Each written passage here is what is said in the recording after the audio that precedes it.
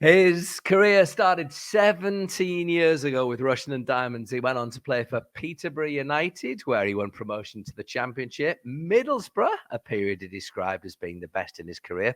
And who could blame him for that? Bournemouth in the Premier League. And over the past 5 years, he's been to Bristol City, Cardiff City, Nottingham Forest, back to Peterborough United, Walsall and Doncaster Rovers. Lee Tomlin finally hung up his boots at the age of 33 a month ago. And I need to slip Brackley Town in there as well on loan, don't I, Lee? Otherwise we'll have their fans. But I thought I'll stick to either the current or former Football League clubs.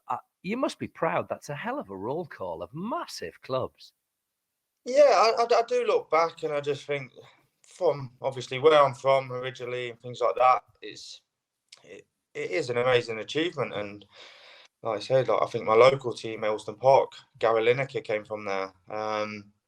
So for me, I am proud, and I'm really, really chuffed with what I've done in my career. Really, I never thought I'd even play in the Football League, and that's just me being honest. Seriously, so that 17 years ago, I'm trying to do live maths here now.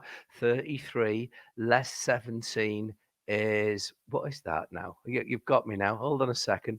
16, isn't it? So that 16-year-old who made his debut for R&D, you didn't have any sort of major plan in mind to scale the heights.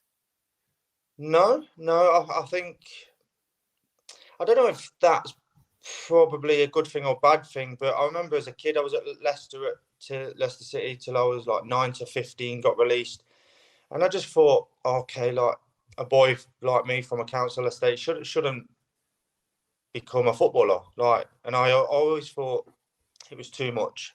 And then I went to Rushden and Diamonds, started playing at 16 in League Two, and I was a bit okay. And then we got relegated first season. But I just thought, no, it doesn't matter what I was doing. I was getting linked with clubs, but I never thought I'd go and play and be able to do anything. And I think it took me about 4 years to get out of the conference to go to Peterborough. I don't understand why you're saying a kid from a council estate can't make it as a professional footballer. Is there not a lot of previous as that? Is that conditioning you get through growing up in that environment? Oh yeah, don't get me wrong. I think that's probably where you do get your best technical players and things like that. But I think from when I was that young, you probably didn't hear about it as much. No internet and no, do you know what I mean? Social media and things like that. But yeah, for now, you hear about a lot of it, and I think that's where the best footballers are from. But no, I'm obviously getting a move to Peterborough in League One. I think at the time Gary Johnson didn't even want to sign me. He said I actually weren't good enough. Wow.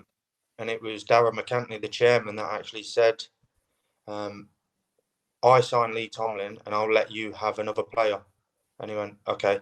And I remember, I think it was Lewin Nyatanga came in on loan. Yeah. He was at Bristol City at the time. He came to Peterborough on loan. And that was the only reason he signed, because he'd let the manager have one more signing. So it really, again, it wasn't the manager. Just before that, in the Championship, I went on trial for a day to Peterborough. Darren Ferguson said no. There's a lot of stuff that's happened that's not really been out there, but yeah, a lot of ups and downs. But for me, I'm so proud and of my career. So a lot's happened, and for me to get to the Premier League, I never thought it'd happen, but yeah. I mean, persistence is the word then I'm kind of thinking of. Persistence and resilience, those two magic words, isn't it? That when you were kicked down, you picked yourself up, used it as motivation to get to the next ledge? Yeah, probably. But my only biggest regret is probably not believing what I could do. And if I actually put my mind to it and believed, I would have probably looked after myself a lot better.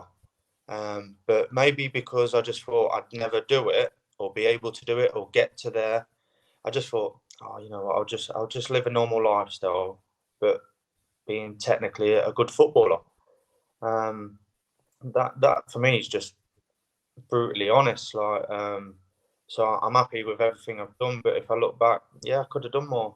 I remember Darren Ferguson saying to me about his dad said like one of the best technical players he's seen, and I was just like, yeah, okay, whatever. Justin Edinburgh said to me years ago, obviously, bless him, rest in peace. He was the manager at Rushden and Diamonds, and he said to me, like, if you was playing 20 years ago before your time now, when he was at Spurs with Gazza, he said, you are better than Gazza. And I was like, what? And he went, you are better than Gazza. And I was just a bit like, okay, he's just telling me that. And even when I left and he went to Newport and things like that, he still said to me, he's like, I'm telling you the truth. You're technically better than Gazza. You just probably, the way you are and the way you look after yourself, you was better. You would have been a lot better back then. Well, I guess the other compliment you got paid was that Aita Karanka, Middlesbrough manager, I alluded to the fact you've said that was probably your favourite season, reached the playoff final. I would have to agree with you as I'm a Middlesbrough fan, and I'm prepared to say it outright here and now. The compliment there would be that he saw something in you through the fact that he also wanted you to lose a bit of weight at the time and wanted you to realise your full potential, didn't he? It was weird. Obviously, when I was at Peterborough, I got sent off 3-4 times just before I'd signed. So even when I came to Middlesbrough, I think I had to miss about 3-4 games in the league because I was suspended so many times. League. All right, go on. But I remember sitting down with Aito.